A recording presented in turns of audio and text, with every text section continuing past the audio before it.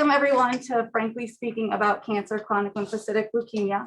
I'm Kelly Kraft, Program Manager here at Gilda's Club Quad Cities. And before we get started, I just want to give a little bit of background about what Gilda's Club Quad Cities does. We are a cancer support community that provides 100% free psychosocial support to anyone impacted by cancer. So that's a person with an active diagnosis, survivors, friends, family, teens, and kids. And we do that through programs like support groups, educational workshops like this one, healthy lifestyle activities like yoga and meditation, and also social get-togethers. And we're also a hub for resources and referrals. But I will let Dr. Freeman take it away, and I'll be back in a little bit. All right, you're good to go. Hello, my name is, can everyone hear me? My name is Dr. Kremel. I practice at Iowa Cancer Specialists. It's the only independent oncology office in the Quad Cities, not associated with the hospital. We're associated with all the hospitals. We're not owned by one, I guess what I want to say. And I'm going to be talking about chronic lymphocytic leukemia today. Stop me at any time if there's any questions. I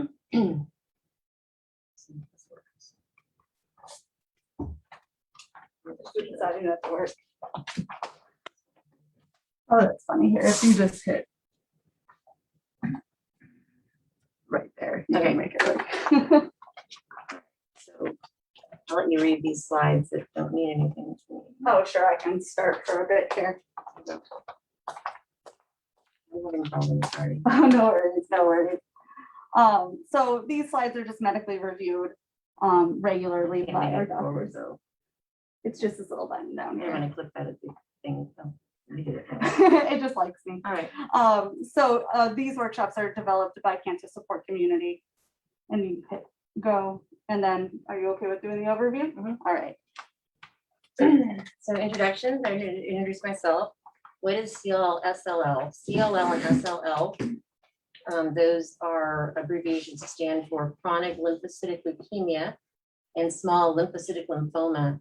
And that's really the same disease on a spectrum, a continuum.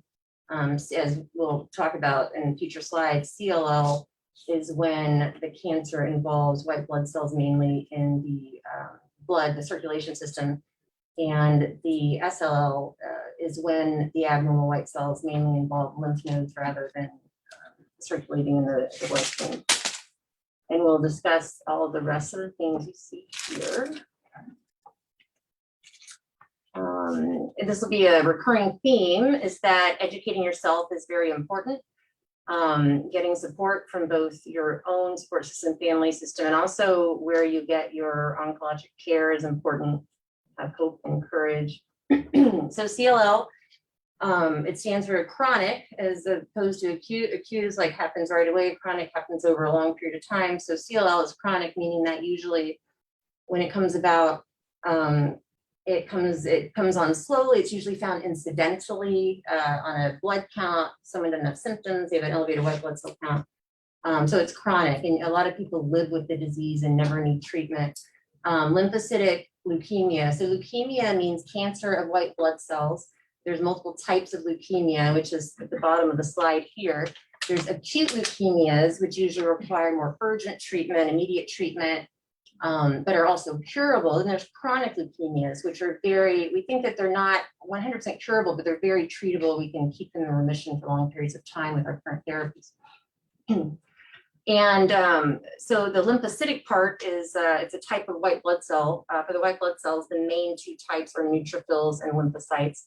The lymphocytes are part of the white blood cell family, and they're part of the immune system. And they can make antibodies to attack foreign invaders or cancers in the body, et cetera. So if anyone doesn't know what any of these words mean, I would love to explain them to you. Lymphocytic, what does that mean? So lymphocytic means that the elevated white blood cell count is comprised mainly of lymphocytes rather than neutrophils. There's also something called a neutrophilic lymphocytosis, which is where the elevated white cell count is composed. It's mainly because you have elevated neutrophils. And that happens like bacterial infections is a big example. Smokers oftentimes will have an elevated white cell count. It's mainly neutrophils. It's sort of an inflammatory. So lymphocytic just means that they're lymphocytes that are making up the elevated white cell count, not neutrophils.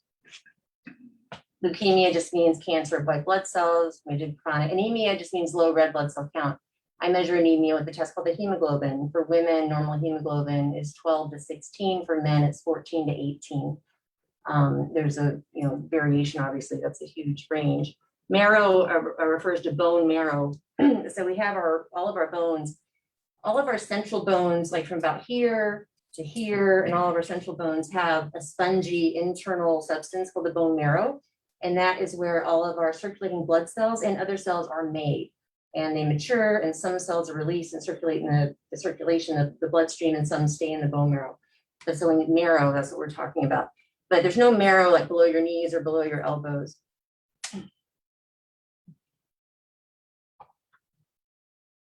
So I already mentioned, small lymphocytic lymphoma. So CLL, SLL is a spectrum, and they're lymphocytes. So if the lymphocytes are active in the bloodstream, it's CLL. If they're active in the lymph nodes, it's SLL. They're the same disease.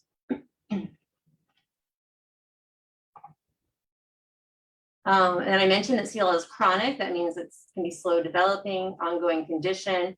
And it says some people, I would say a majority of the patients I follow with CLL don't need treatment. We just watch them. But people who do need treatment, there's lots of good treatments that we'll talk about soon that can be very effective. And I think another slide is going to tell us like when you need, there's certain like indications for treatment. So somebody that I see with an elevated white count who's diagnosed with CLL, if all they have is an elevated white blood cell count, even if it's 200,000, which is pretty high, if they don't have any reasons for treatment, just that elevated white count, that's not enough for treatment in general. CLL is the most common type of leukemia. There's acute leukemia and chronic leukemia, and it's the most common. The average age of onset is in the 70s. 21,000 new cases in the US. So it's not very common, but I feel like we see quite a bit of it. I feel like the Midwest might have more CLL than other areas because we see quite a bit. It's rarely seen in young patients or children. I have not seen anyone under age 40 with CLL. Again, many patients don't have any symptoms. So sometimes CLL is diagnosed by a doctor or a medical provider finding a white count that's elevated. And then they do something called flow cytometry, which is a special test that looks at the proteins on the surface of the white blood cell to determine if they're normal or if they're representative of an abnormal cell.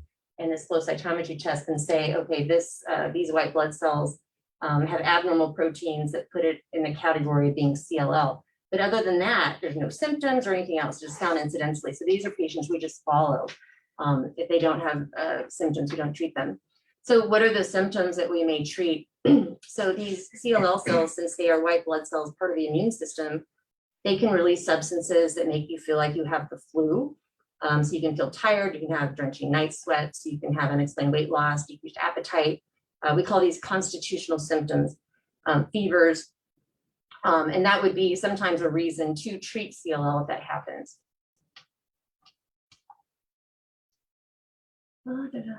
This is, I already said that. And circling back to, this can be, anyone with CLL is usually going to have a prolonged treatment course, or at least a prolonged monitoring course, whether or not they need treatment. And so it's going to be the rest of their life. So communication is important, and you want to make sure you're in an environment where you feel like you're respected, listened to, you can ask questions, because this is sort of, a lot of times these cancer centers become your second family, or maybe third or fourth family, or maybe you don't want to think of them as a family, but you want to make sure that you're comfortable in the situation you're in.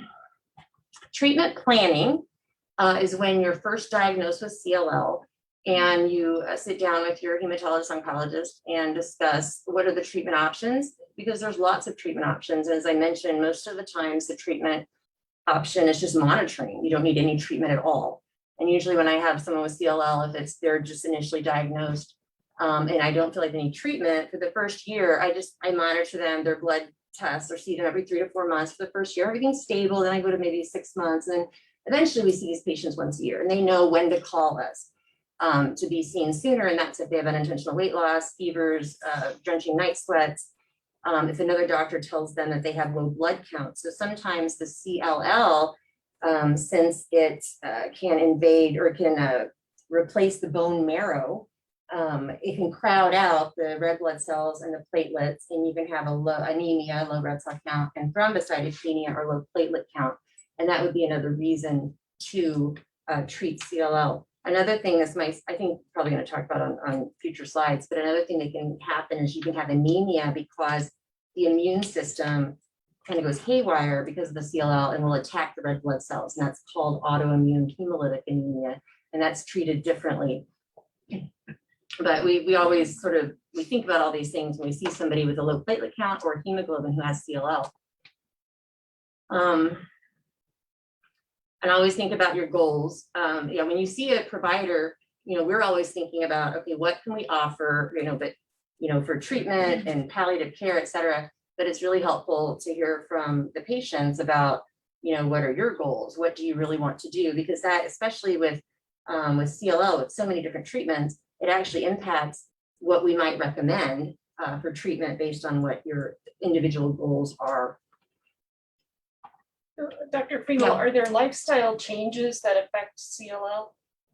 Well, I think with any cancer, lifestyle changes that enhance the immune system, which would be more plant-based diet and regular aerobic exercise and low stress, stress reducing things are the main things that are recommended. I don't know of anything specific that you can say, okay, we can lower the incidence or risk of you having CLL. Okay, and what causes it? Do we know any causes? So there are some familial cases, but in general, it's felt to be a sporadic mutation in the white blood cell as it develops, and it forms a clone of these cells, which are abnormal. But yeah, most of the time it is not familial. And this is so second opinions. I highly recommend them because I tell my patients, the more brains that look at your case, the better. And it never hurts my feelings to have a second opinion. If you have a physician who's upset that you want a second opinion, that's not a good thing. And these are questions, I guess. I mean, there's lots of questions you can ask. What I tell my patients is you definitely, before the visit, it's really good to write down questions you have or get it in your head. Because when you're in the office and most patients, they don't have something written down. They're just kind of like, because I tell them something or update them and then they're focused on that and everything that they were going to ask me flies out the window, which is fine. I can call or whatever, but it's helpful to write things down, your questions before the doctor's visit.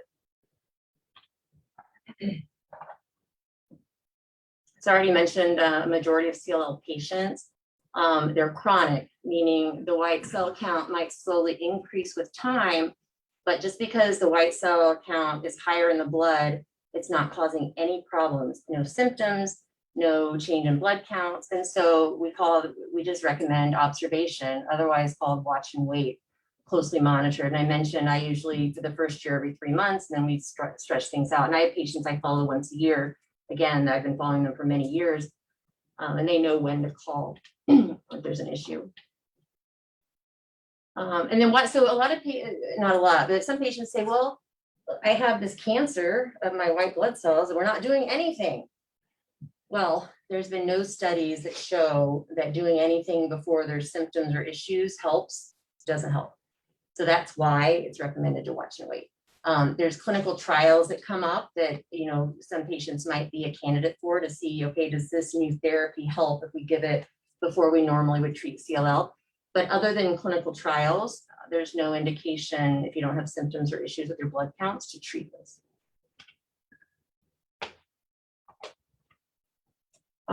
Okay, so when do we treat? So I mentioned the unintentional weight loss, drenching night sweats, fever, and then having the low platelets and the low red cell count, fatigue. So another thing you can have is an enlarging spleen. The spleen, liver's here, spleen's here. The spleen gets big. You can have pain over here. It can also press on your stomach. So when you eat, you feel like you get full too soon. They call it early satiety. So those are things that can prompt us to want to treat CLL. And then enlarging lymph nodes. So I have some patients I follow with CLL, and as I mentioned, it's a spectrum with CLL and SLL, where SLL is more in the lymph nodes. So we have CLL patients who have, some enlarged lymph nodes in the neck, but that doesn't bother them. Everything else looks fine. So we just watch them. That's not an indication for treatment. I've had women that I have these giant lymph nodes, I don't like them, you know, they're unsightly, and then we'll treat. So just because you have an enlarged lymph node, that's not an indication unless it's causing a problem or you don't like how it looks.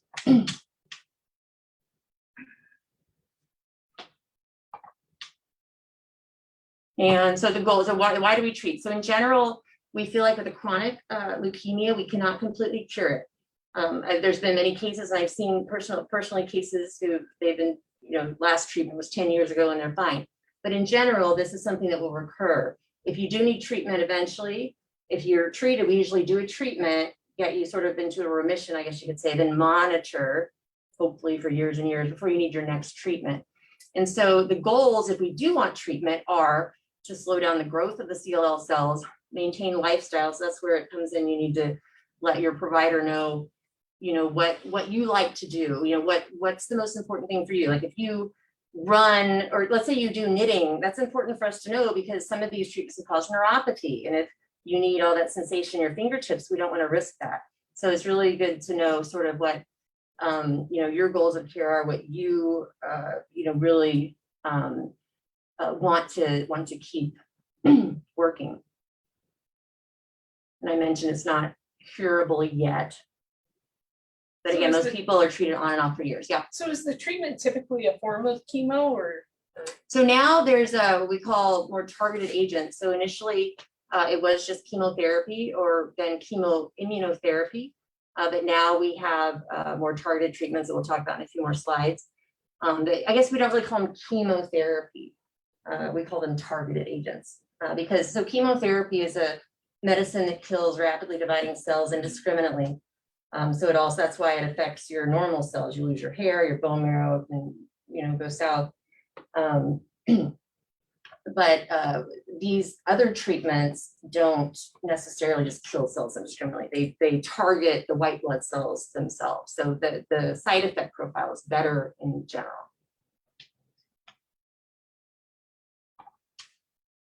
I mentioned there's currently no cure, but we can control the disease.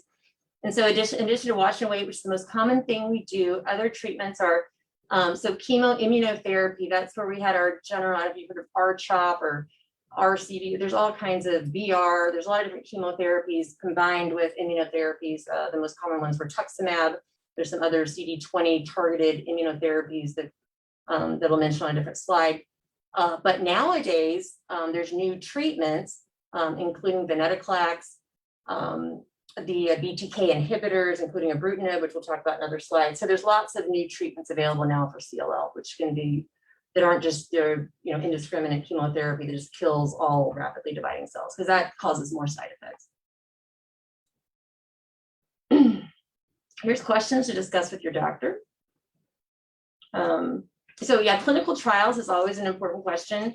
There's, I think it's, I want to say it's nih.gov. There's a website you can go to clinical trials, but we have, you know, most of the oncology facilities in the Quad Cities have clinical trial nurses who can look up clinical trials and figure out if there's something available for you. If not locally, then in some other center. And usually clinical trials are looking at standard of care, you know, what we normally do, plus adding something on that we think is going to help better. So you're not, we don't think you're getting inferior therapy. We're thinking you're getting at least standard of care, but possibly better therapy. So planning treatment. So the stage, that doesn't matter as much. So age and overall health does affect what, so let's say you need treatment for CLL. If you're 90 on oxygen in a wheelchair, your treatment options will be different than if you're 40 and healthy. So that's obviously, that plays a role. And then whether or not you have anemia or low platelet counts, we take that into account. So the only time really white blood cell counts are considered for treatment, I guess, is it sometimes, so in general, I said we don't treat for elevated white blood cell count, but if I saw somebody with a white blood cell count, normal is, you know, 5 to 10,000, let's say they come in 100,000 and 3 months later they're 300,000, then I'll be worried, don't probably start treatment. But in general, with a slowly increasing white count, we don't generally start treatment just for the white count unless it gets up to like 300,000-ish. There's lots of additional testing we can do, molecular testing. which is just special testing on the CLL cells to see how aggressive will the CLL be. You know, what there's something called the P53 mutation, which has a negative prognostic impact of it. So there's things that we can test for to give patients an idea of, you know, how their CLL will probably behave indolently or more aggressively. And that sort of helps us determine how often should we monitor patients.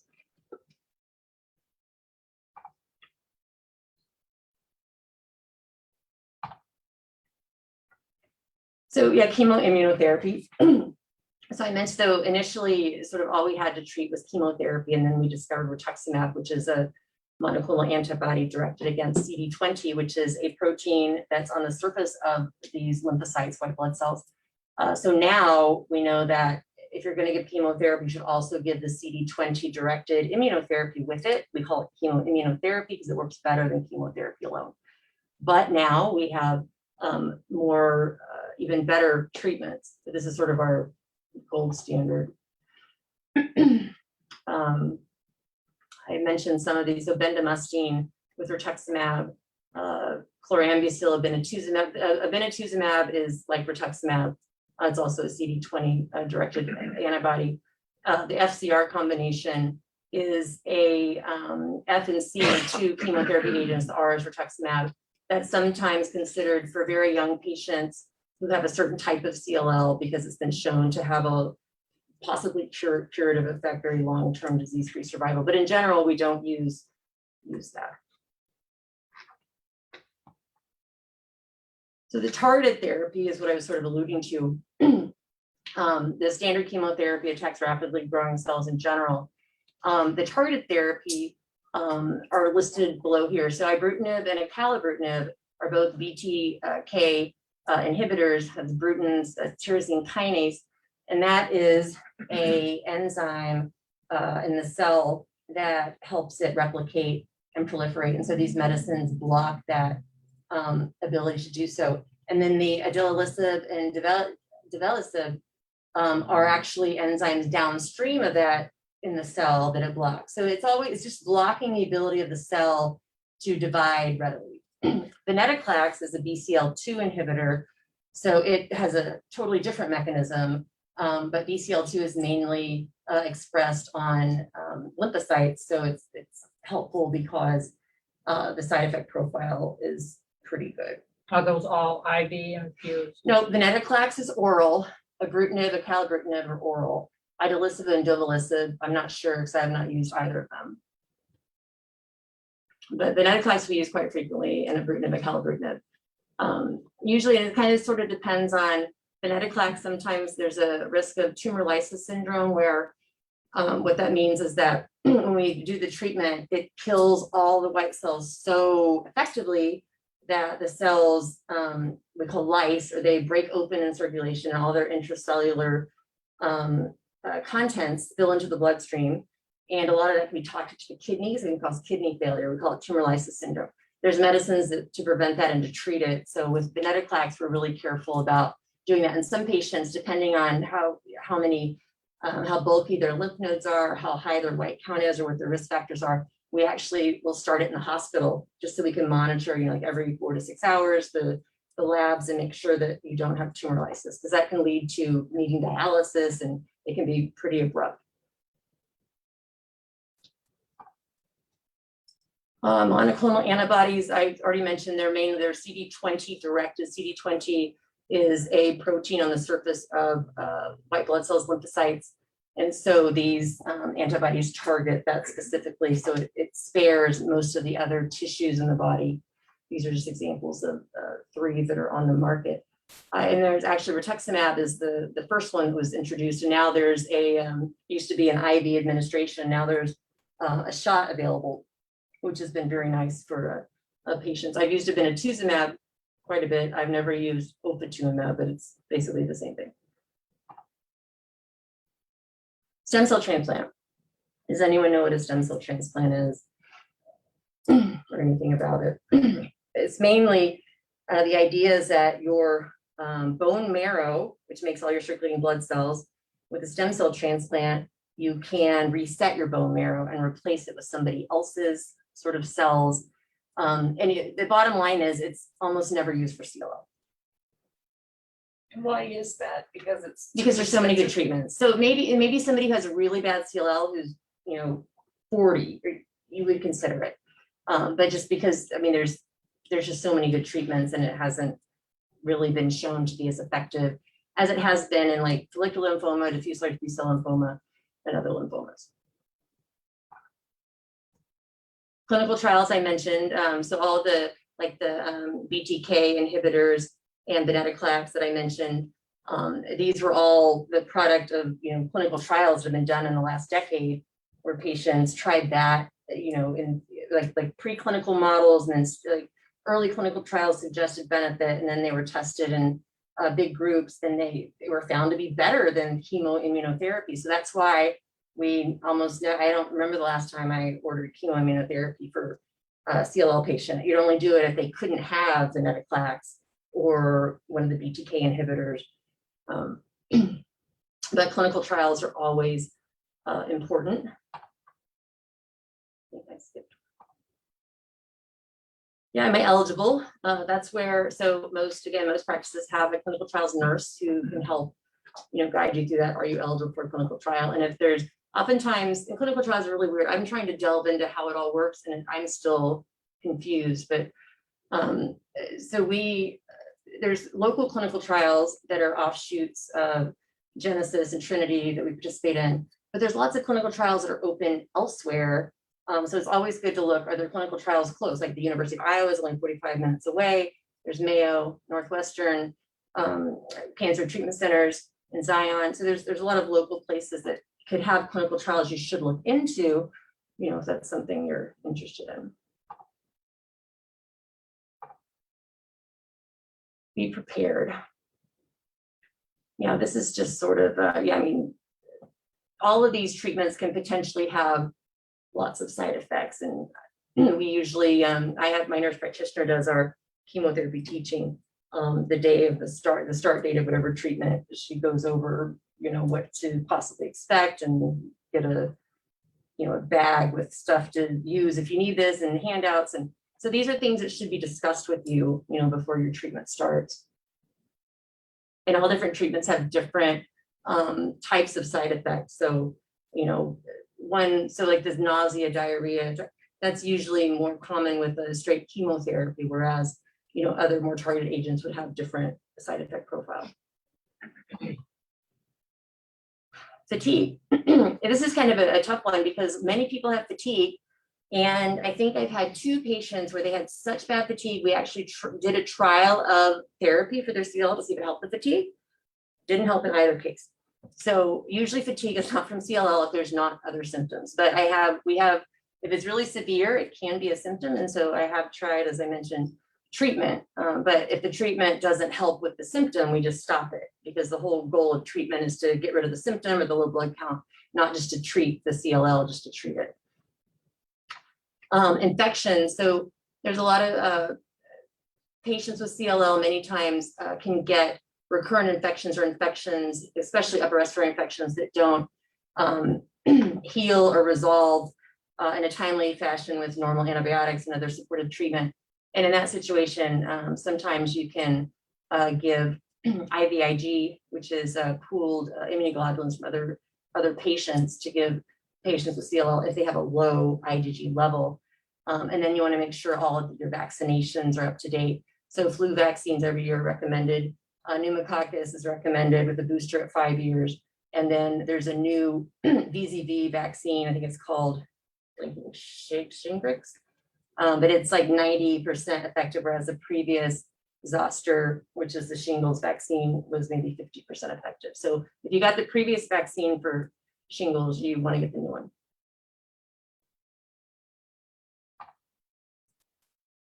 Side effects.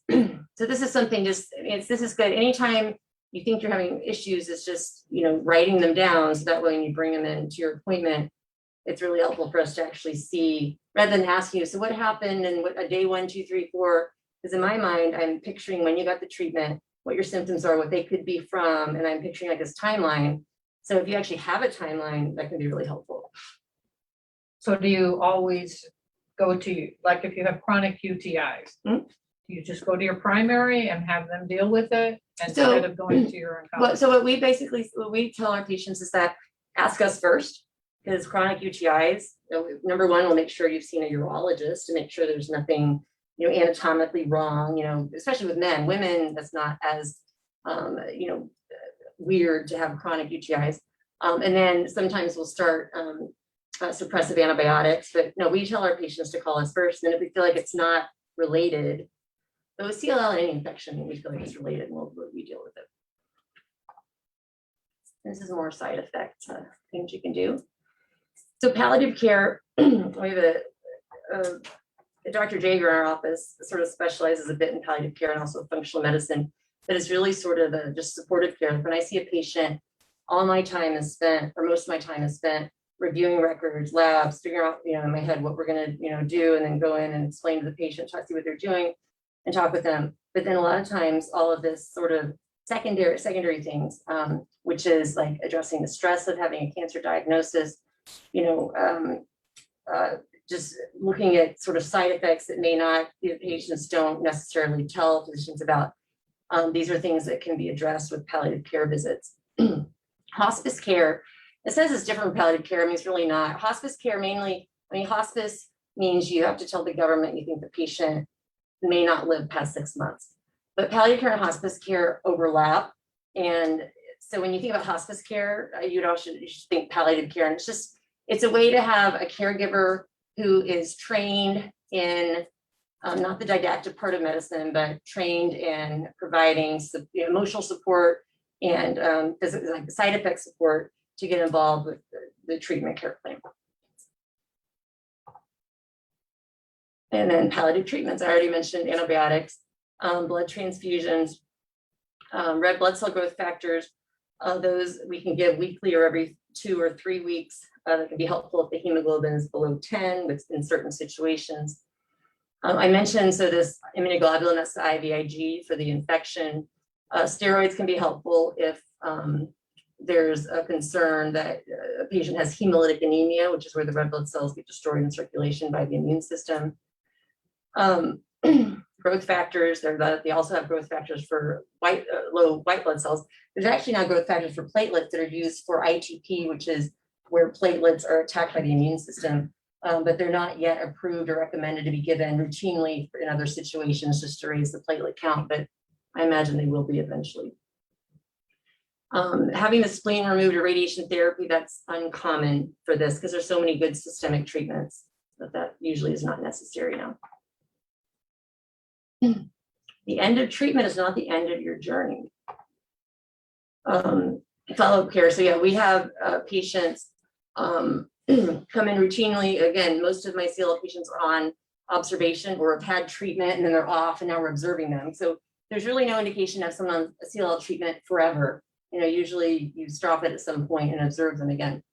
One thing that I like to point out is that patients with CLL, skin cancers can be much more aggressive and than in normal individuals. So if you have something change on your skin and you feel like it's changing or it feels weird, you shouldn't just put it off. You should go see a dermatologist, have it removed.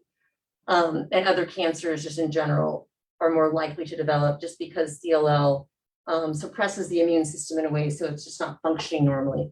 Every day your body makes cancer cells and your immune system sees them as cancer cells, destroys them, but CLL, sort of prevents your immune system from acting normally. And these are just common sense. If you smoke, you should stop. Avoid tobacco smoke. Weight is good. We think that there's a lot of, with fat cells, there's a lot of metabolism that happens in fat cells that can lead to substances that have a negative effect on your immune system. And then any type of aerobic exercise that can be done, especially in the morning, can be very helpful with feeling better. And then of course, limiting consumption of alcohol has also been shown to help decrease the risk of malignancy. Is this where I go to you? This is where I can take it. I'll just put this in and take the computer. Oh, that works. Yeah, use the belt standard. Right, so just some kind of mental health pieces here. So there's some universal challenges to anyone living with any type of cancer, like loss of hope-free control, living with that uncertainty and unwanted aloneness. But there are also some more unique challenges to living with CLL specifically. So everyone with CLL kind of has this whole feeling of knowing you have a long-term incurable cancer, but having times where you're relatively healthy in between.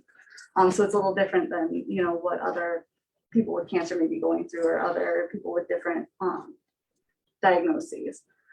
So you may have deal with more lingering side effects and being discouraged about the lack of a cure for CLL, especially when talking to other cancer patients who may be looking at a curative treatment.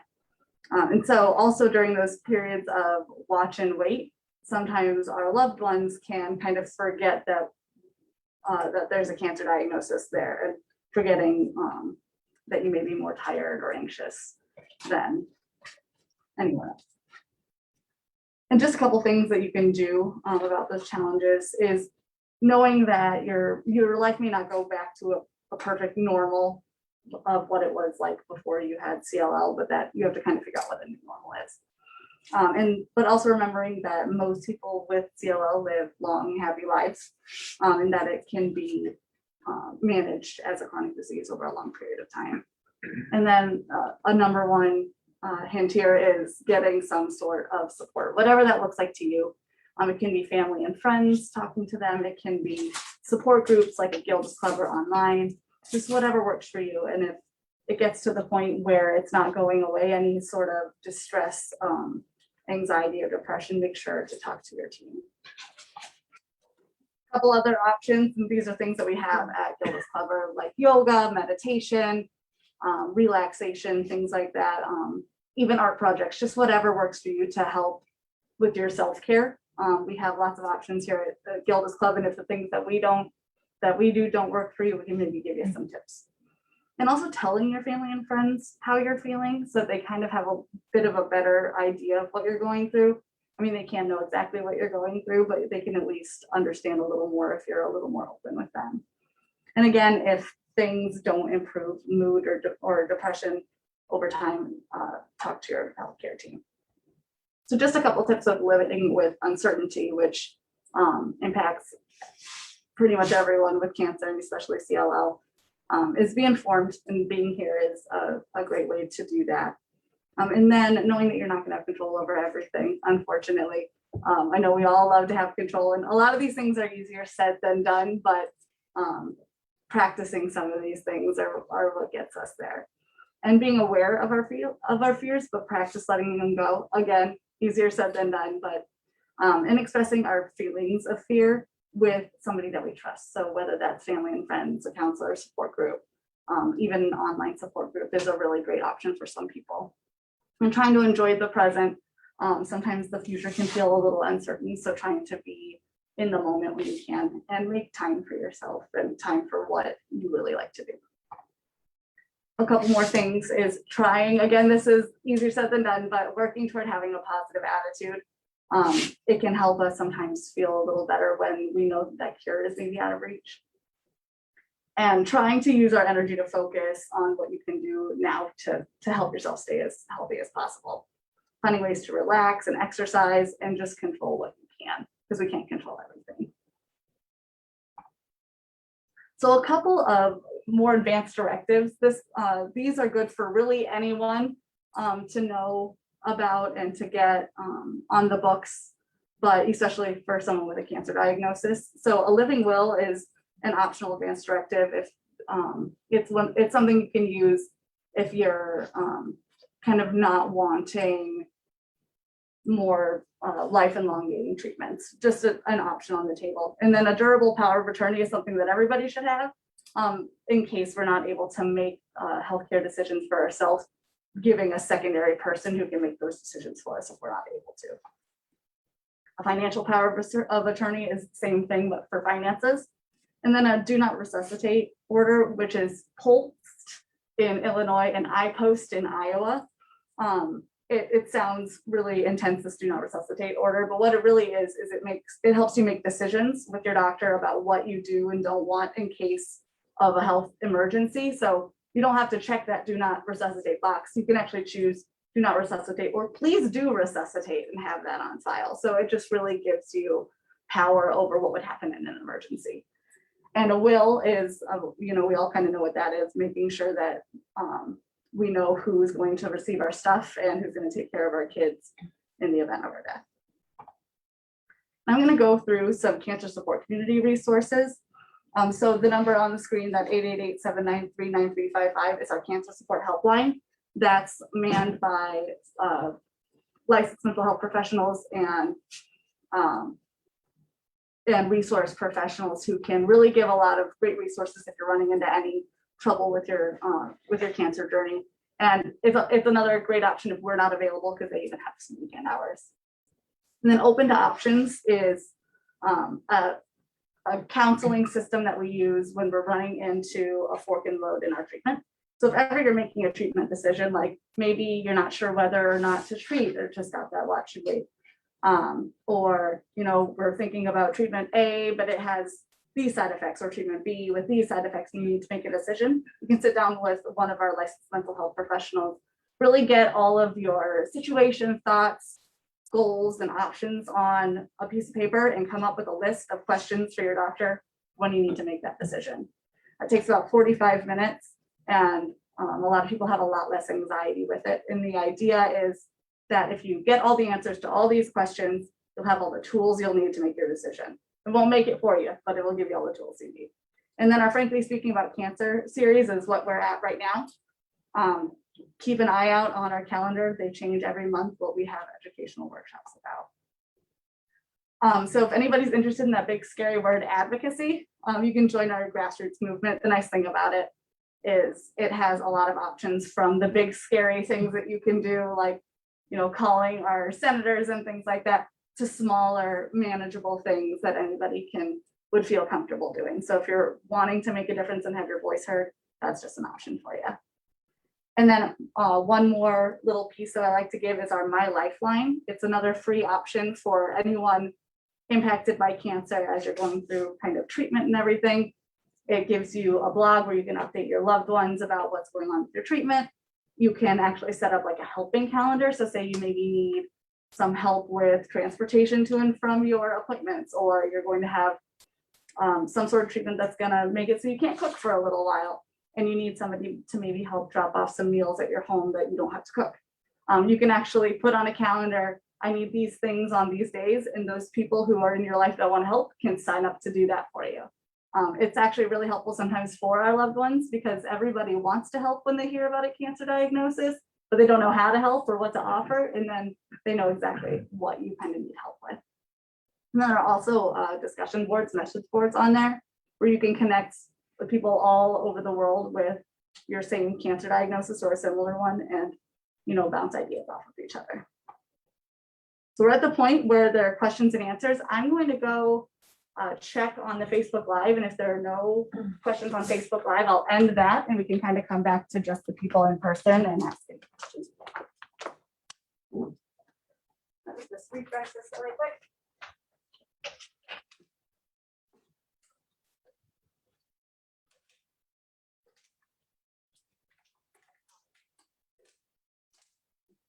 I'm going to end this Facebook Live here.